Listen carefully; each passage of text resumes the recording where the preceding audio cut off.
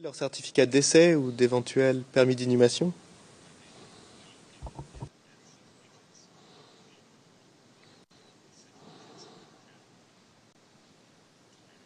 No, no. Réponse non, non.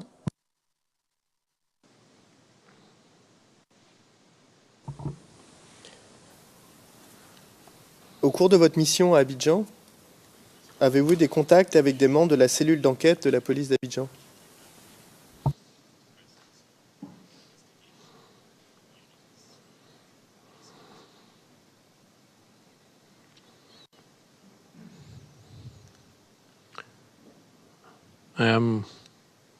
Réponse, en fait, je sais que nous avons rencontré ces personnes. Je ne peux pas me souvenir de leur poste, de leur fonction. Et si je les ai rencontrés, je n'ai en fait pas participé à une discussion avec eux et ils ne m'ont donné aucune information.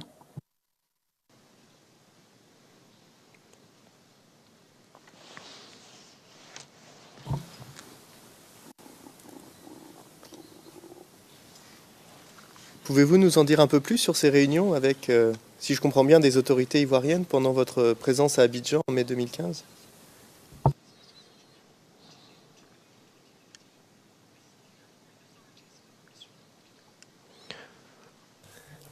Réponse. Tout ce dont je me souviens, il me semble que c'était lors de cette mission, c'est que je me suis rendu au bureau d'un fonctionnaire du ministère de la Justice, me semble-t-il.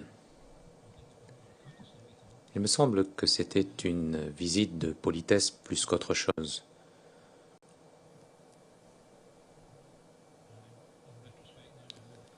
Et avec le recul, je me souviens avoir rencontré au mois de janvier un nombre de personnes relativement important, au cours duquel nous avons parlé de la mission de janvier. C'était juste avant les exhumations. Et je n'ai pas participé à cette réunion. La réunion avait lieu principalement en français. Et donc je n'ai pas pu suivre en détail ce dont il s'agissait. Merci, monsieur le témoin.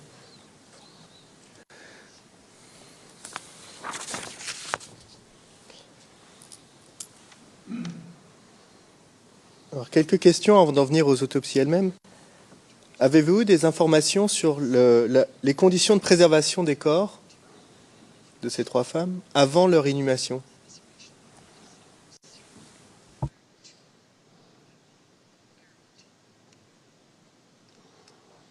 Réponse. En d'autres termes, est-ce que je sais ce qu'il est advenu d'elle après les incidents? Non, je ne le sais pas. On m'a dit que ces corps avaient été transportés à la morgue, dans une morgue quelque part, et qu'elle faisait partie d'un groupe avec d'autres corps. Je ne sais pas si elles ont été mises dans un réfrigérateur ou non. On m'a dit qu'il y avait eu une importante coupure d'électricité à un moment donné et que la décision avait été prise d'enterrer tous ces corps dans une fosse commune au cimetière d'Abobo. Et que par la suite, dans le cadre des recherches de ces femmes en particulier, de nombreux corps ont été exhumés et que des échantillons ont été prélevés aux fins d'identification. Et c'est ce qui a permis d'identifier ces trois corps, par ailleurs. Je ne sais pas à quelle date cela s'est produit. Je ne sais pas non plus dans quel état les corps étaient avant d'être enterrés dans la fosse commune. Mais je sais qu'ils ont été enterrés dans divers endroits.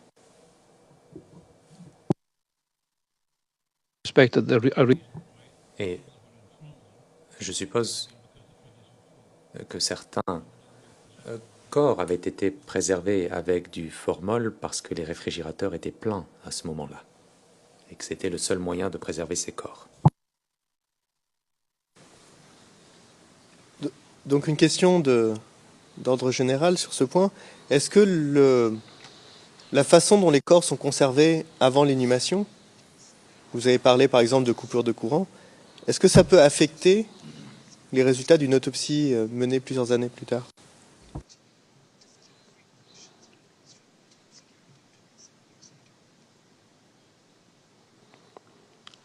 If Réponse. Si le corps est bien préservé avant l'enterrement, eh bien, il peut encore comporter de nombreux tissus. Par contre, s'il n'est pas bien préservé, eh bien, et s'il est déjà décomposé, eh bien, il sera déjà décomposé au moment même de l'enterrement.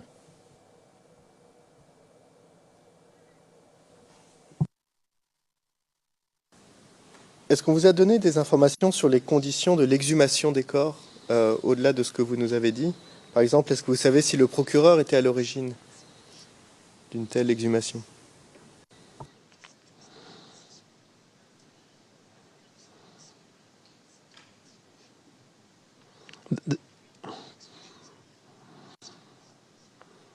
this is the Réponse. Il s'agit de l'exhumation de la fosse commune au cimetière de Bobo. Non, je ne connais pas les détails de ce qui s'est passé. Je ne sais même pas quand cela s'est produit.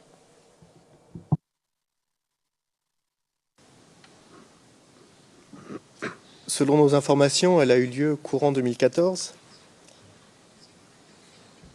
Est-ce que vous avez eu des informations sur la façon dont les corps ont été conservés ou préservés après l'exhumation, jusqu'à ce que vous les autopsiez en mai 2015?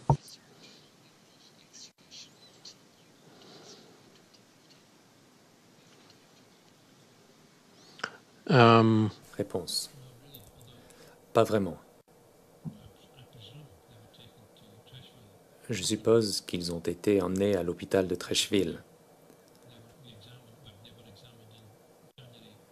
là où ils ont ensuite été examinés au mois de janvier 2015.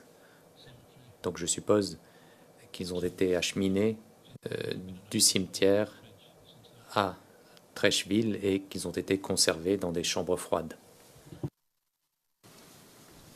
Donc pour les prélèvements en janvier 2015 dont vous nous avez parlé, avez-vous eu un rôle dans les prélèvements? no. Réponse non. J'étais présent à la morgue pour voir ce qu'il s'y passait. Je me souviens qu'il n'y avait pas beaucoup de place, qu'il y faisait très chaud et que les travaux étaient effectués par le professeur Yapoete et le docteur Bakar, avec Madame Zanetta qui était là pour prendre des photographies et pour s'assurer que les prélèvements soient conservés dans les fioles adaptées. Mais je suis resté en retrait, je n'ai pas pris de notes ou quoi que ce soit d'autre. Et savez-vous si les corps avaient fait l'objet d'un examen médico-légal en 2011 par exemple?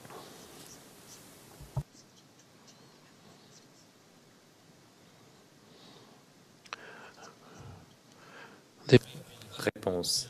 Il est possible qu'ils aient fait l'objet d'un examen externe, mais rien ne laissait penser qu'un examen interne ait été effectué. Alors il est possible qu'une inspection externe ait eu lieu, mais je ne le sais pas.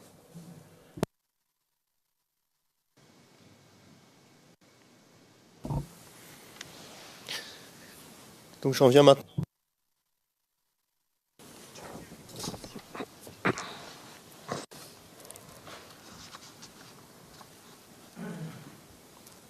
Donc je vais commencer par celui qui porte sur Ouattara Nyorokia.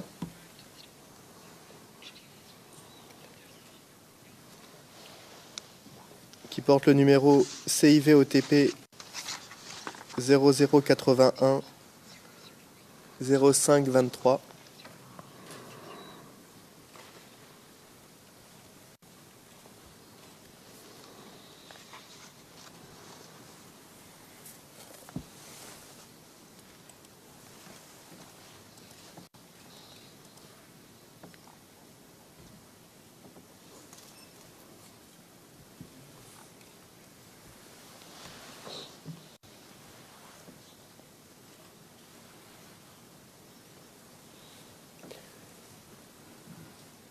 Alors brièvement, vous indiquez sur la première page du rapport qui était présent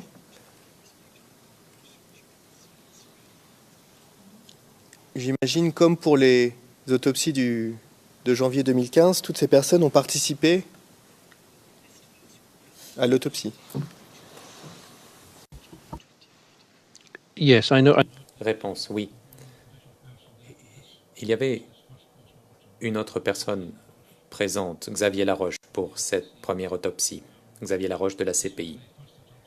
C'est la toute première autopsie que nous avons réalisée ce jour-là. Il me semble qu'il était présent pour cette raison et qu'il est parti faire autre chose après.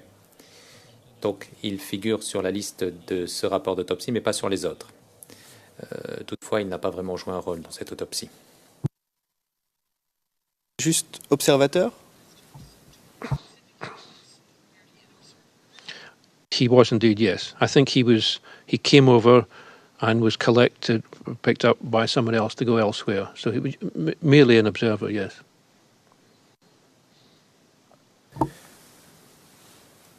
Réponse, oui. Il s'agissait d'un observateur, en effet. Dans le rapport que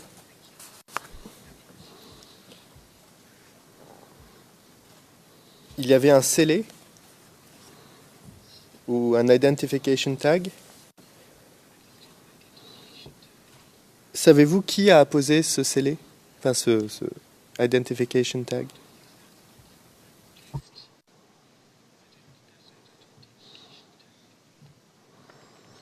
Yeah, Réponse. Je ne le sais pas. Je sais qu'il y avait des étiquettes sur la housse mortuaire. Mais je ne sais pas quand elles ont été placées et qui les a placées. Je ne sais pas si c'est au mois de janvier, lorsque des prélèvements ont été effectués, ou si cela a été fait au préalable. Je n'en sais rien.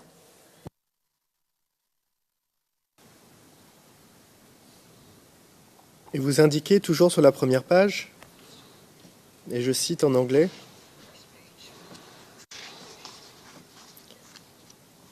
The body was with... Le corps se trouvait dans une housse mortuaire fermée, mais non scellée, de couleur noire, en plastique. Fin de citation.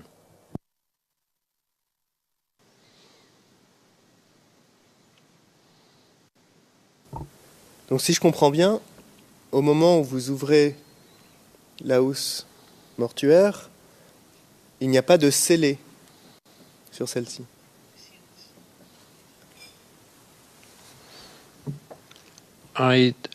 Réponse. C'est exact. Il y avait une fermeture éclair qui était fermée, mais l'étiquette d'identification en plastique, qui est normalement scellée, et qui représente un scellé, n'était pas sécurisée. Elle se trouvait sur la housse mortuaire cependant. Donc au mois de janvier, je suppose qu'ils avaient scellé la housse mortuaire. Lorsque la housse mortuaire a été ouverte pour prélever des échantillons, cela a été coupé ou ouvert, puis la housse mortuaire a été refermée grâce à la fermeture éclair sans être scellée de nouveau. Je suppose que c'est ce qui s'est passé, mais je peux me tromper. Quoi qu'il en soit, ces étiquettes étaient attachées à la housse mortuaire, donc il s'agit du même corps et de la même housse mortuaire qu'avant.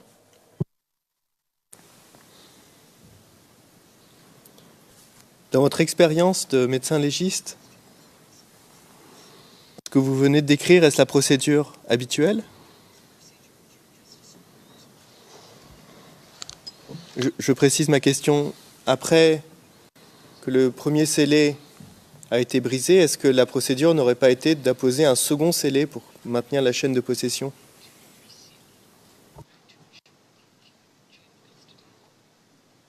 yes, Réponse. Oui, dans l'idéal, ce serait la procédure à suivre.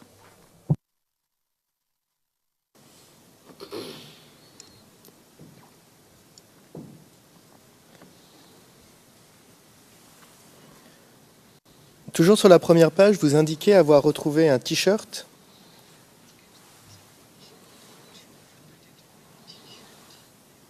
qui aurait Yes. été sur ou autour du corps.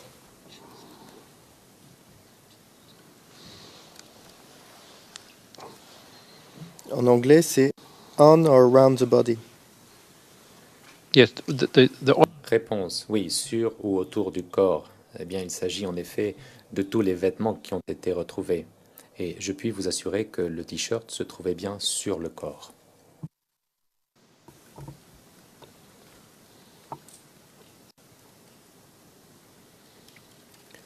Aviez-vous un moyen de déterminer si la personne portait le t-shirt au moment de son décès?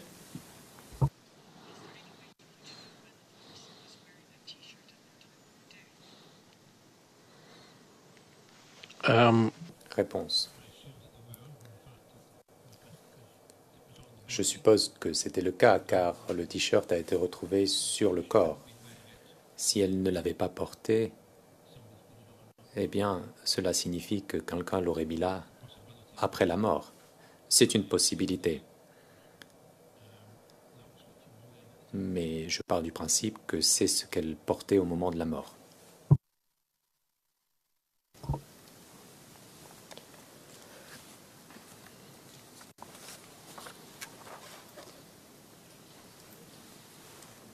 Vous avez discuté de ce point avec mon confrère du bureau du procureur ce matin, mais vous indiquez à la page 0525 de votre rapport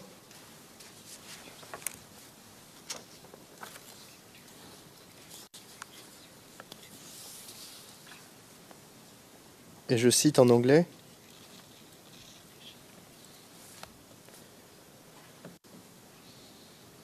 The body was well preserved. Le corps était bien préservé pour quelqu'un qui était décédé depuis 4 ans déjà. Fin de citation.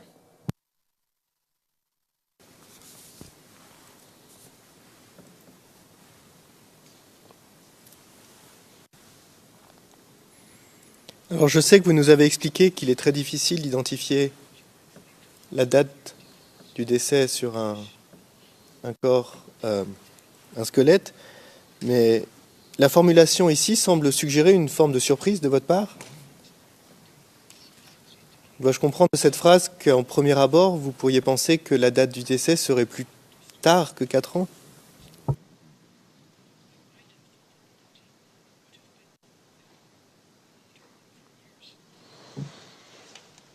Réponse. Oui, vous avez bien interprété mes propos. J'ai omis de mentionner que ce corps avait peut-être été conservé dans une chambre froide pendant une longue période. En ce qui concerne la décomposition des corps, eh bien, on envisage en général qu'ils soient placés dans une sépulture ou ailleurs, et en général, ils ne sont pas conservés dans une chambre froide pendant de longues périodes. C'est inhabituel. J'aurais sans doute dû le mentionner, et peut-être que j'aurais pu mieux formuler les choses.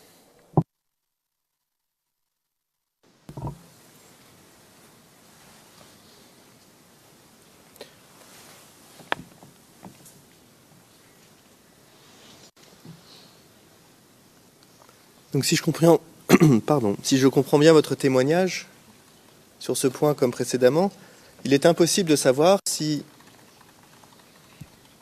un squelette, la cause du décès est 2 ans, 4 ans, 6 ans, 10 ans, à partir d'une certaine date de décomposition.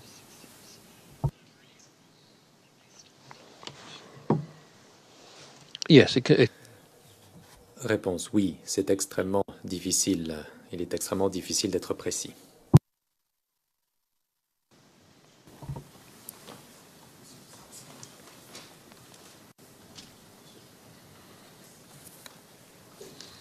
Alors, quand vous dites dans votre rapport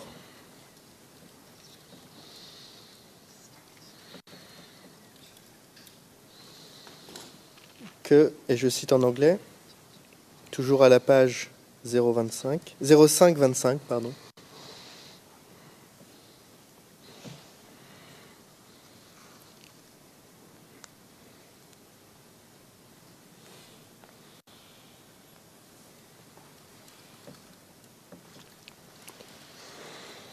que the nature of the damage was...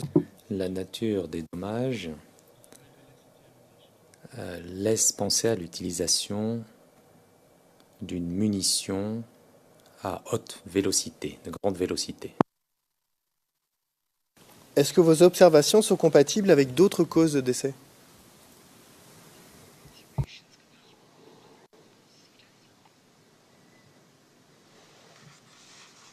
Other, Réponse.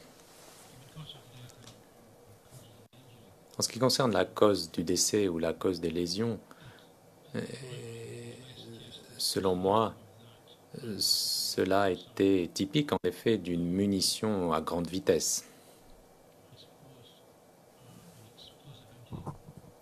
Une lésion explosive fait partie des possibilités. Il pourrait s'agir d'un éclat d'obus, par exemple. Selon moi, cela ne ressemblait pas à une lésion causée par un couteau ou une arme blanche. Et comme je l'ai dit, il s'agissait très clairement d'une blessure par balle qui provenait d'un projectile possédant une très forte énergie.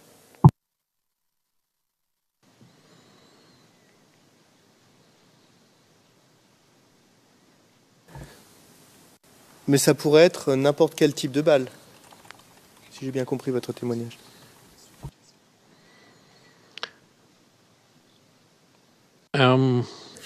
Réponse. Alors, vu la quantité de dégâts et la fragmentation, eh bien, je peux dire que tout cela était typique d'une balle à grande vitesse. Alors, on ne peut pas complètement exclure une balle à faible vitesse, mais cela est beaucoup moins probable.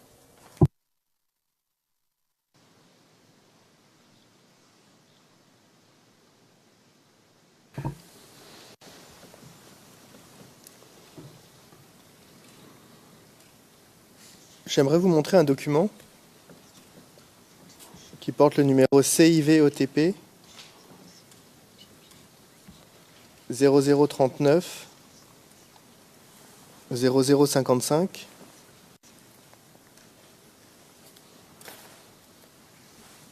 Il s'agit du certificat de décès de Ouattara Nyorokia. Il est classé comme confidentiel par le bureau du procureur, mais maintenant que nous avons évoqué la personne en public, je ne sais pas si je peux le montrer en public ou pas. J'attends.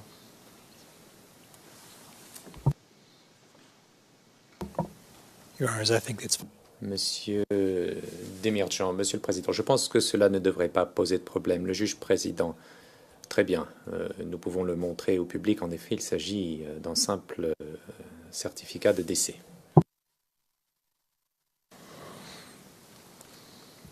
Alors si on zoome encore un peu, Madame la greffière, s'il vous plaît. Plutôt vers le bas. Voilà, merci. Donc comme je le disais, il s'agit du certificat de décès de la personne que vous autopsiez.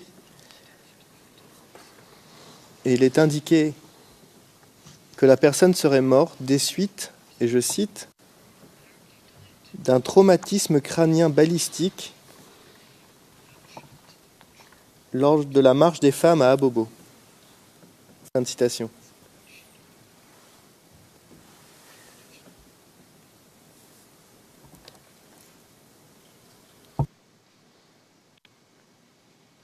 Est-ce qu'une telle conclusion, donc traumatisme crânien balistique, est compatible avec les conclusions de votre rapport?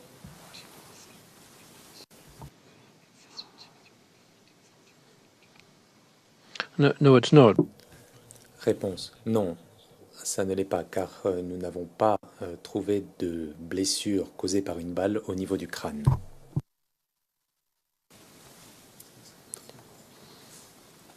Dans votre expérience de médecin légiste, est-il habituel pour un certificat de décès de préciser que le décès aurait eu lieu pendant une manifestation politique?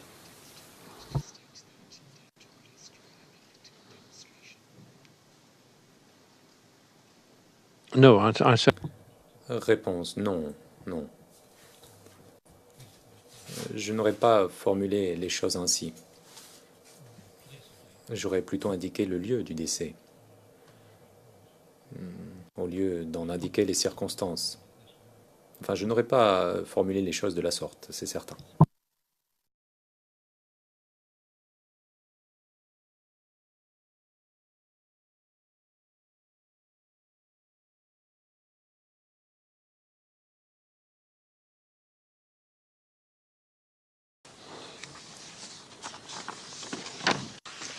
Donc pour les besoins du dossier, j'indique son numéro. CIVOTP 0081 0528.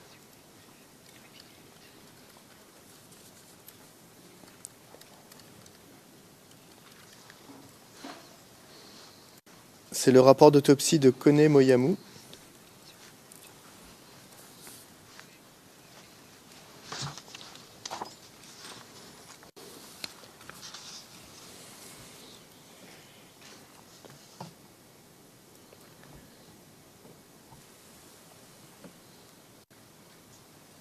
Donc, j'ai les mêmes questions que pour le rapport précédent. Est-ce que vous avez des informations supplémentaires à nous donner sur le rôle de chacun des membres présents, des personnes présentes dans l'autopsie? Vous confirmez qu'elles ont toutes participé à l'autopsie? Yes. Réponse, oui. Yes, they did. Oui, elles ont toutes participé.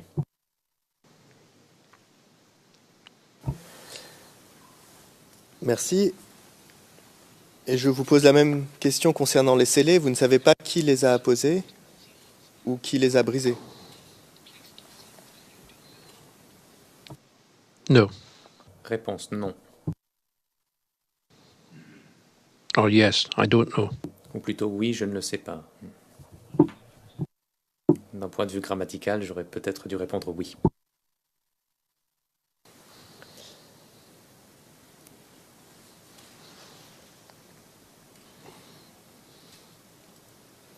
Concernant le t-shirt noir que vous avez retrouvé,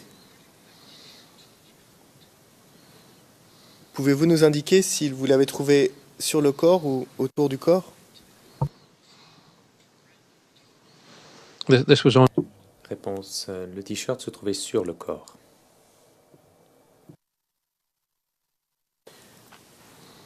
Et comme précédemment, vous n'avez pas pu déterminer si la personne portait ce t-shirt au moment du décès, j'imagine.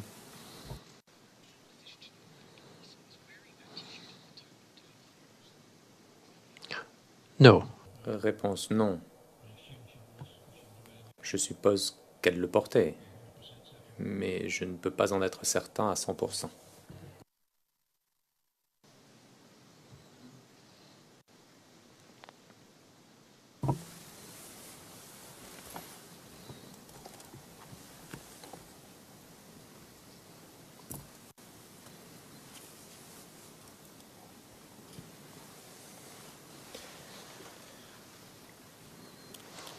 Alors nous comprenons de votre rapport, donc à la page 05-30, que les ossements d'autres personnes ont été retrouvés avec les corps.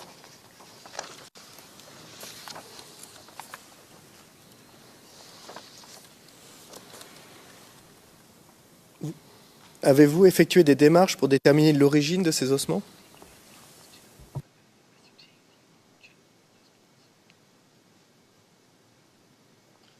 No. Réponse, non, nous ne l'avons pas fait. Nous n'avons pas prélevé d'échantillons de ces fragments osseux. Pourquoi?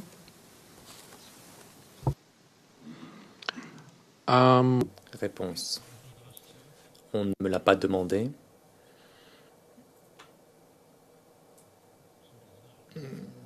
C'est aussi simple que cela. Il ne m'incombait pas d'identifier tous les matériaux. Il aurait été intéressant, bien entendu, de prélever des échantillons de ces fragments, mais le fait est que nous ne l'avons pas fait.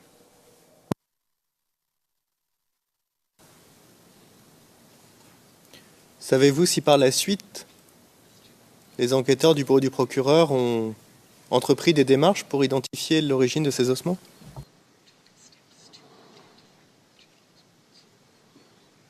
I would doubt very much because Réponse. J'en doute, parce que si ça n'a pas été fait à l'époque de cette autopsie, il me semble que cela n'a pas été fait non plus par la suite. I think it's an important question. Il me semble que cette question est très importante.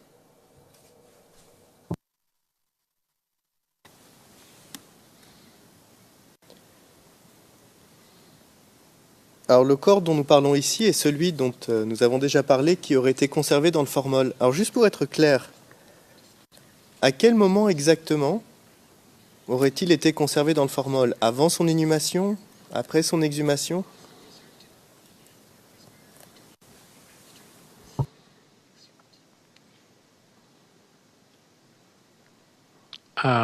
Réponse. Je ne sais pas. Je suppose que c'était avant l'inhumation. Car lorsque nous avons prélevé des échantillons au mois de janvier, le corps était dans une chambre froide et a été replacé dans la chambre froide. Donc il n'y avait aucune raison de le conserver dans du formol à ce moment-là.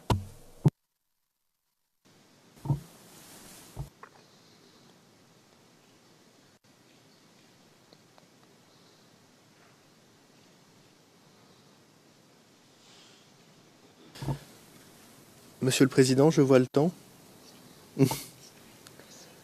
Je n'en ai plus pour très longtemps après la pause, mais... Le juge président, je vous inviterai à poursuivre parce que je pense que vous devez finir cela et le rapport suivant. Et je dirais qu'en moyenne, cela ne devrait pas prendre plus de 10 minutes, 10, 15, 12 minutes. Donc, veuillez poursuivre. Nous allons donc poursuivre jusqu'à la fin de votre interrogatoire.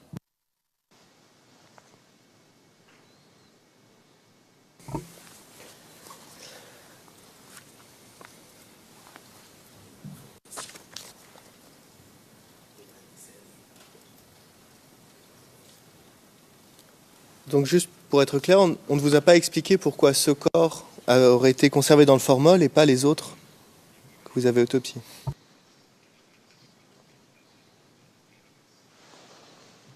No. Réponse non, non. Je dois dire que je suppose que les chambres froides étaient pleines et que les cadavres avaient été mis dans du formol pour pouvoir les conserver.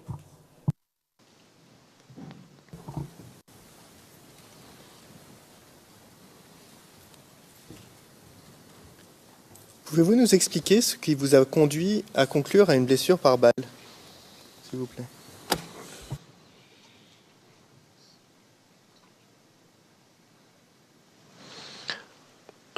Again, Réponse. Là encore, il s'agit de l'épaule. Là encore, la lésion sur l'os était du type de lésion que j'avais pu constater avec des blessures par balle.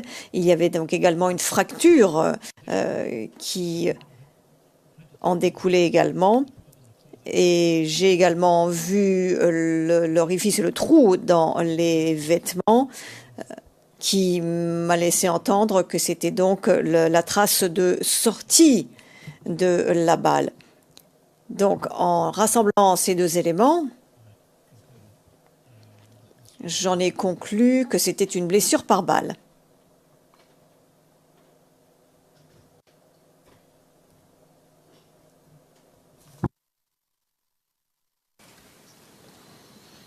Sur la base de l'observation du squelette, vous ne pouviez pas conclure à une blessure par balle.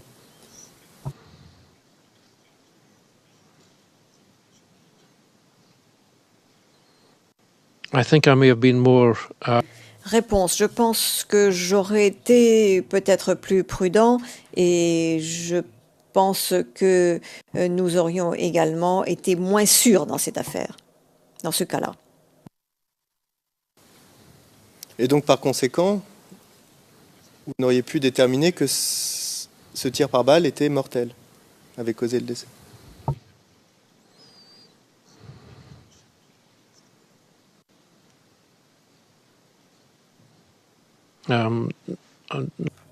Réponse. Je ne suis pas sûre d'avoir suivi la question. I would have said J'aurais dit que s'il n'y avait pas eu le t-shirt, je pense que je n'aurais peut-être pas pu établir la cause du décès. J'aurais fait preuve de beaucoup de moins de certitude. Ce que j'ai pu constater sur le t-shirt m'a laissé entendre que la balle était sortie du corps à cet endroit et qu'elle était probablement passée par la nuque et était ressortie par l'arrière, la face arrière de l'épaule.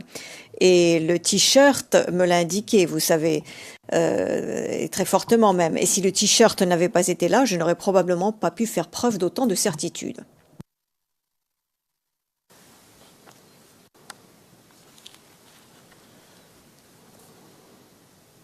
Lorsque vous décrivez le t-shirt dans votre rapport, vous indiquez que le trou serait, et je cite à la page 0530 en anglais,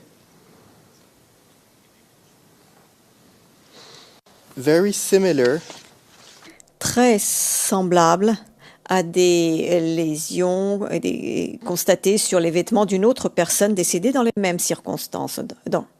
Fin de citation. Dans le même incident, se reprend l'interprète, fin de citation.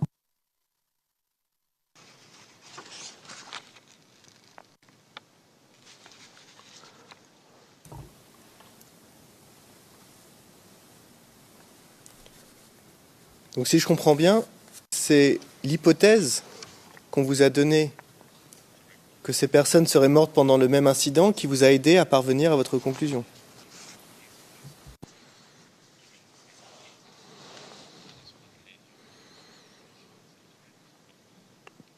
that's fair to say, yes.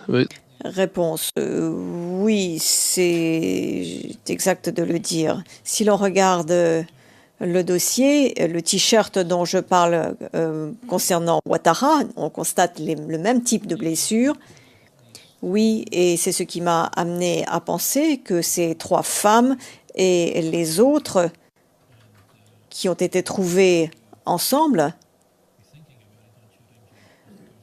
et il était naturel de penser que c'était une blessure par balle qui était responsable de leur mort.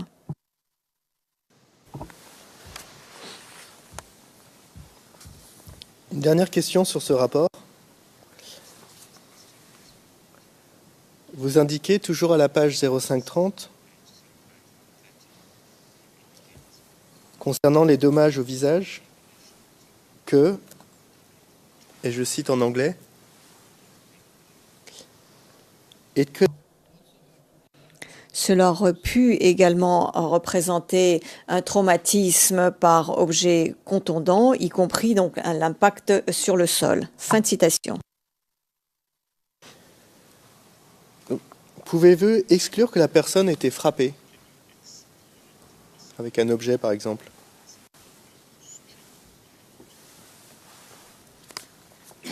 No, because Réponse non, parce que les blessures par objet contondant signifient soit que quelqu'un a frappé quelque chose ou c'est quelque chose de dur qui a frappé la personne.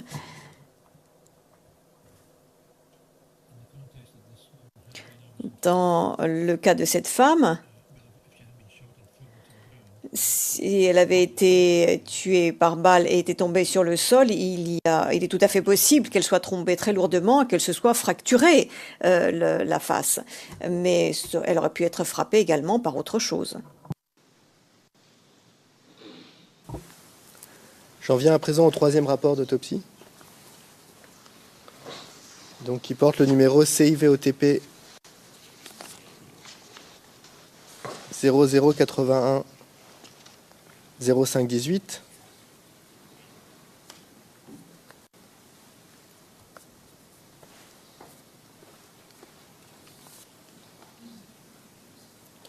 Qui est le rapport d'autopsie de Scylla Malone.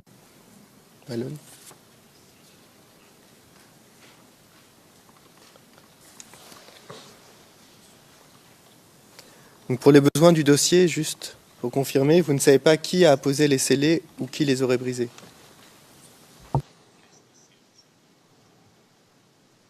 That's correct, yes. Réponse oui, c'est exact. Oui, je ne sais pas.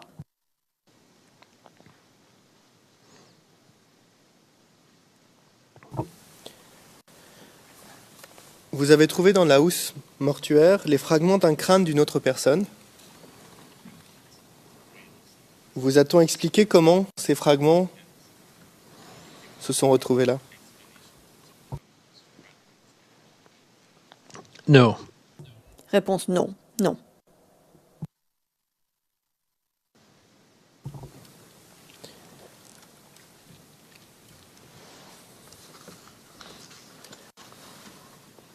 À la lecture de votre rapport, il semble que vous n'étiez pas certain sur le moment quel crâne appartenait au reste du corps.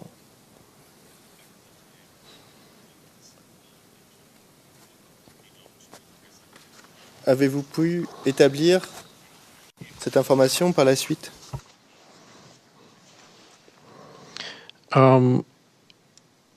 Yes, Réponse oui. Nous avions pensé au départ que ce crâne appartenait au corps juste en raison parce que les os correspondaient, mais nous ne pouvions pas être tout à fait sûrs. Donc nous avons fait d'autres prélèvements sur les crânes pour effectuer d'autres tests ADN. Et maintenant, en fait, je n'ai pas connaissance des résultats de cela.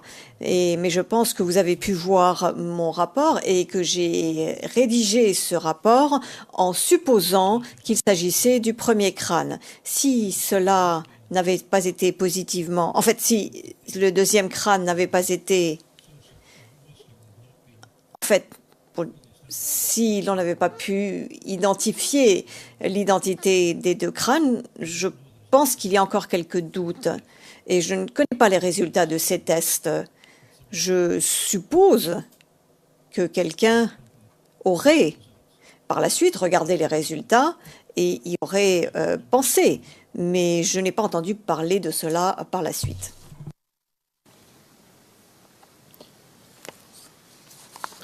Vous indiquez dans votre rapport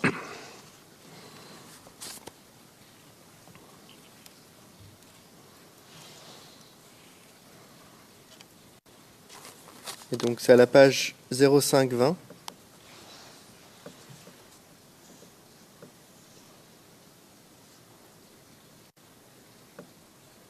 L'avant-dernier paragraphe de la page. Et je cite en anglais.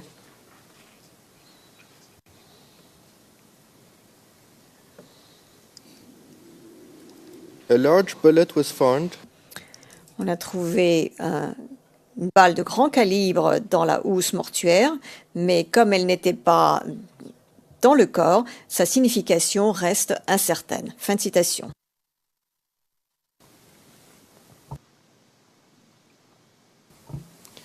Vous a-t-on expliqué comment cet objet s'était retrouvé dans la housse mortuaire?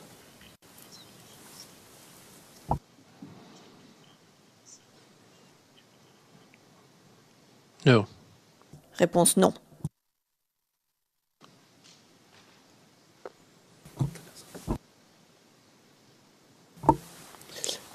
Et si je comprends bien votre rapport, rien n'indique que cette balle provenait du corps que vous étiez en train d'autopsier.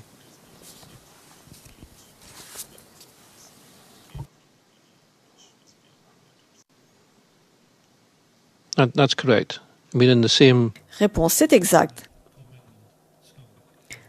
Maintenant, de la même façon que nous ayons donc des fragments de crâne mélangés, nous avions également une balle qui était à l'extérieur du corps, étrangère. Donc je ne sais pas.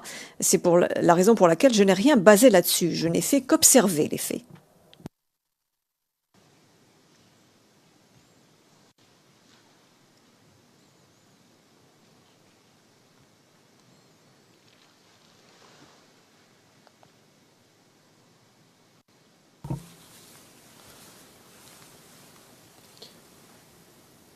Et juste pour le dossier, pour des raisons de clarté, pour ce corps comme pour les autres, vous n'étiez pas capable d'identifier la date de décès.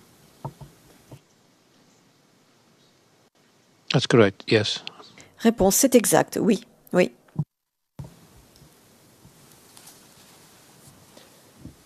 J'aimerais vous montrer un document.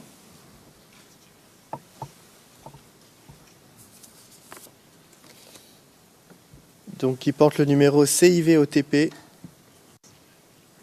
0028 0575. Donc, il s'agit du certificat de décès de la personne que vous autopsiez. J'imagine que je peux le montrer publiquement. Donc, on peut le montrer publiquement. Donc, si on fait un zoom, voilà. Donc, il est indiqué que la personne serait morte des suites d'une plaie traumatique crânienne balistique pendant la marche des femmes RHDP. Alors, je vous pose la même question que précédemment. Est-ce qu'une telle conclusion, plaie traumatique crânienne balistique, est compatible avec les conclusions de votre autopsie?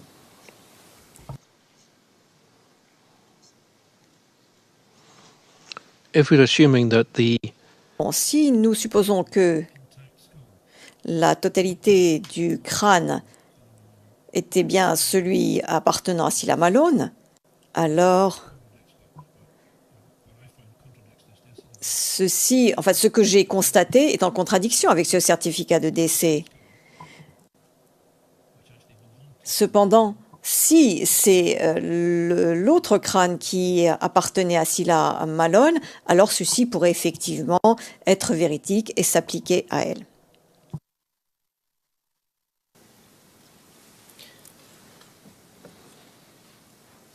Et comme pour le certificat de décès précédent, vous confirmez qu'il est inhabituel d'indiquer le contexte politique du décès.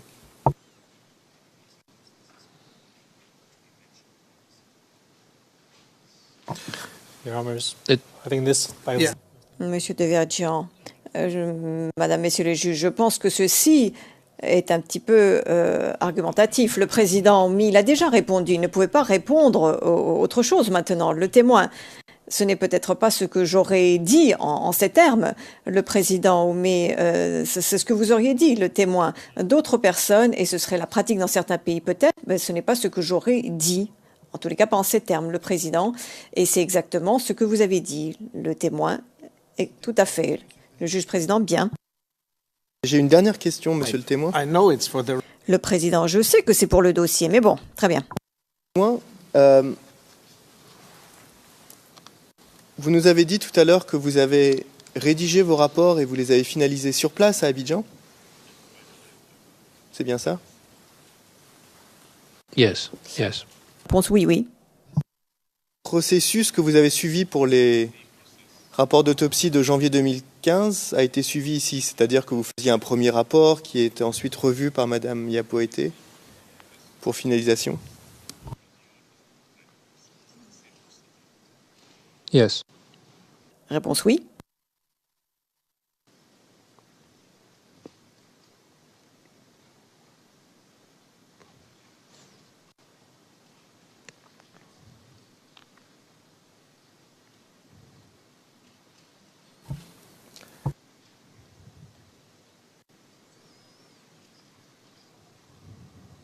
Merci, monsieur le témoin. Monsieur le Président, Madame, Monsieur, ceci conclut l'interrogatoire du témoin par l'équipe de défense de Laurent Gbagbo.